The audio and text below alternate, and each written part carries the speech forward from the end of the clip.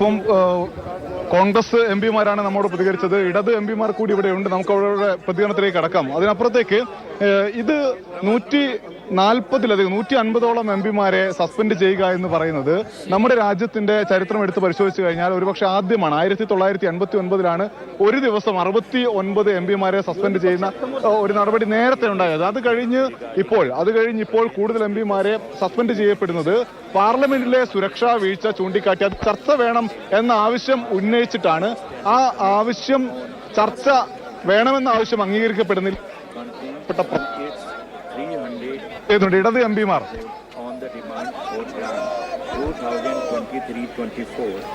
of the Ministry of Tourism shown against my name in today's revised list of business. കൂട്ട നടപടിയിൽ പാർലമെന്റിൽ നിന്ന് പ്രതിപക്ഷത്തെ പുറത്താക്കുന്നു. പ്രതിപക്ഷ എം പിമാരെ കൂട്ടമായി സസ്പെൻഡ് ചെയ്യുന്നു. അതേസമയം ഈ പുകയാക്രമണത്തിന് ആ വ്യക്തിക്ക് പ്രതികൾക്ക് പാസ് നൽകിയ BJP MP പ്രതാപ് സിൻഹയെ ചോദ്യം പോലും ചെയ്യുന്നില്ല എന്ന് ആരോപിച്ചുകൊണ്ടാണ് ഇന്ത്യ സഖ്യ എം പിമാരുടെ പ്രതിഷേധം ഇപ്പോൾ നടന്നുകൊണ്ടിരിക്കുന്നത്. പുറത്ത് പ്രതിഷേധം നടക്കുമ്പോൾ പ്രതിപക്ഷമില്ലാത്ത പാർലമെന്റ് അകത്ത് ചേരുന്നുണ്ട്. നിർണായകമായ പല ബില്ലുകളും ഇന്നലെ കൊണ്ടുവരുന്നത് നമ്മൾ കണ്ടു. IPC-ക്കും CRPC-ക്കും പകരമുള്ള പുതിയ ബില്ലുകൾ കൊണ്ടുവന്നു. അത് ഇന്ന് രാജ്യസഭയിൽ വരുമെന്നാണ് മനസ്സിലാക്കുന്നത്. അനൂപ് തുടരുന്നുണ്ട്. അനൂപ്, ഈ പ്രതാപ് സിൻഹയെ ഇന്നലെ ഇപ്പോൾ അത് പുനരാവിഷ്കരിച്ചിരുന്നു. അതിലപ്പുറം ഈ പാസ് നൽകിയ MP യെ ചോദ്യം ചെയ്യുന്നതിലേക്ക് കടക്കുന്നുണ്ട്. അങ്ങനെ ഒരു നീക്കമോ ആലോചനയോ എന്തെങ്കിലും ഉണ്ടോ അനൂപ്?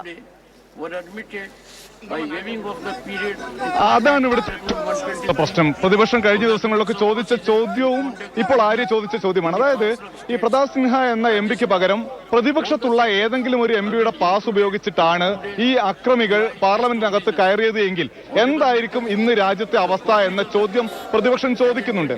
എന്നാൽ പ്രതാപ് സിൻഹയ്ക്കെതിരെ യാതൊരു നടപടിയുമില്ല. അദ്ദേഹം സഭയിലിരുന്ന് 3 ക്രിമിനൽ ബില്ലുകളൊക്കെ കുറിച്ചെല്ലാം സംസാരിക്കുന്നുണ്ട്.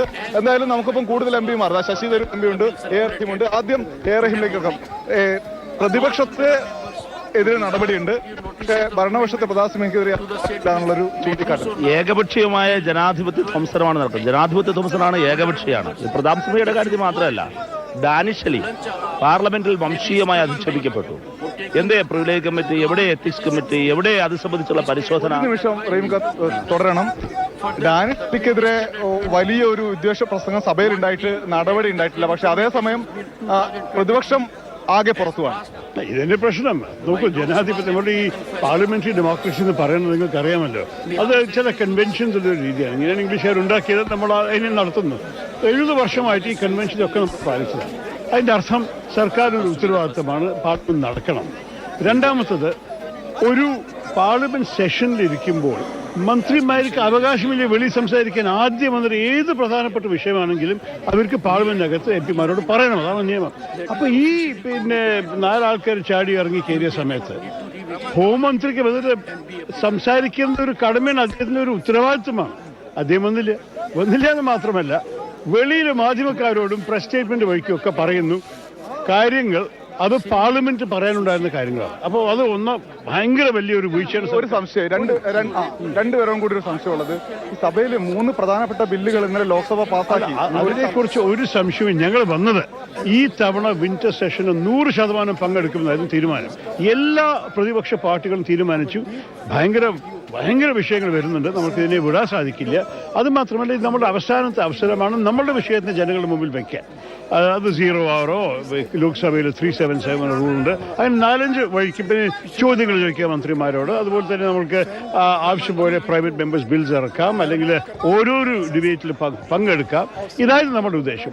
ആർക്കും ഒരു ഉദ്ദേശം ഉണ്ടായിരുന്നില്ല ഇതിനെ ഈ സംഭവിച്ചത് നടത്താൻ. പക്ഷെ സർക്കാരിന് ഈ പാർലമെന്റ് ഒരു മര്യാദയോട് നടത്താൻ ആഗ്രഹമുണ്ടായിരുന്നില്ല എന്ന് തെളിവാണത്. അവരെന്താ കാണിച്ചത്? മനഃപൂർവ്വമായിട്ട് ഉത്തരവാദിത്തമുള്ള മന്ത്രി വന്നില്ല.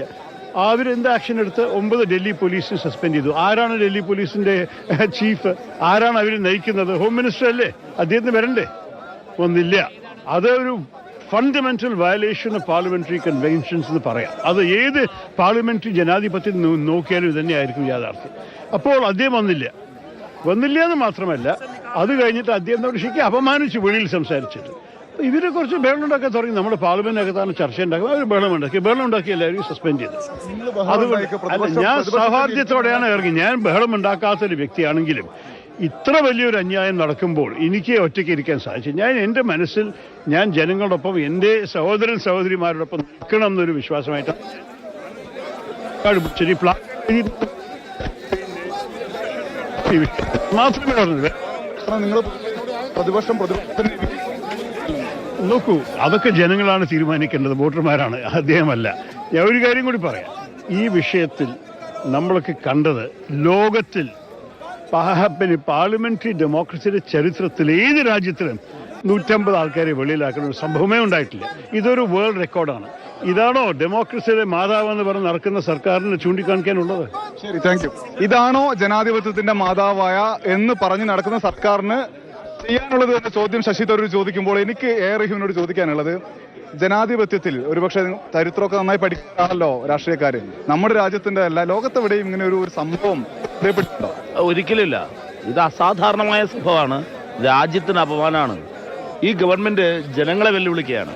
നേരത്തെ ശ്രീ തരൂർ സൂചിപ്പിച്ചു, പാർലമെന്റിൽ വരുന്നില്ല, സഭയെ അഭിസംബോധന ചെയ്യുന്നില്ല. അതിനർത്ഥം ജനങ്ങളെ അഭിസംബോധന ചെയ്യുന്നില്ല എന്നാണ്. ഇവർ പുറത്താക്കുന്നത് ജനങ്ങൾ തിരഞ്ഞെടുത്തയച്ച പ്രതിനിധികളെയാണ്. എന്തിനാണ് ഇത് ചെയ്യുന്നത്? അത് അങ്ങേറ്റം നിയമവിരുദ്ധവുമാണ്. ഇങ്ങനെ അനിശ്ചിത കാലത്തേക്ക് ഏതെങ്കിലും ഒരു അംഗങ്ങളെ സസ്പെൻഡ് ചെയ്യുന്നതിനുള്ള ഒരു നിയമവും ചട്ടവും നിലവിലില്ല. അപ്പൊ ചട്ടവിരുദ്ധമായി, നിയമവിരുദ്ധമായി, ജനാധിപത്യ വിരുദ്ധമായി തുടർച്ചയായി ആളുകളെ പുറത്താക്കുന്നു. ജനാധിപത്യത്തിന്റെ കൂട്ടക്കുരുതിയും കൂട്ടക്കശാപ്പുമാണ്. ഇത് വലിയ അലർട്ടാണ്. ഇത് കുറച്ച് പാർലമെന്റുകളുടെ കാര്യമല്ല, ഈ രാജ്യത്തിനുള്ള അലർട്ടാണ്. ഞങ്ങൾ എന്തും ചെയ്യും. ഇത് ചെയ്യുന്ന ഇവർ, അസാധാരണ ഇത് ചെയ്യുന്നവൾ നാളെ ഭരണഘടനയെ റദ്ദാക്കിയാൽ എന്ത് ചെയ്യും? ഭരണഘടനയിലെ അവർക്ക് ഇഷ്ടമില്ലാത്ത വകുപ്പുകൾ എന്തും ചെയ്യും ഞങ്ങൾ എന്നുള്ള ആഹ്വാനമാണ്. ജനാധിപത്യത്തോടും ജനങ്ങളോടുള്ള വെല്ലുവിളിയാണ്.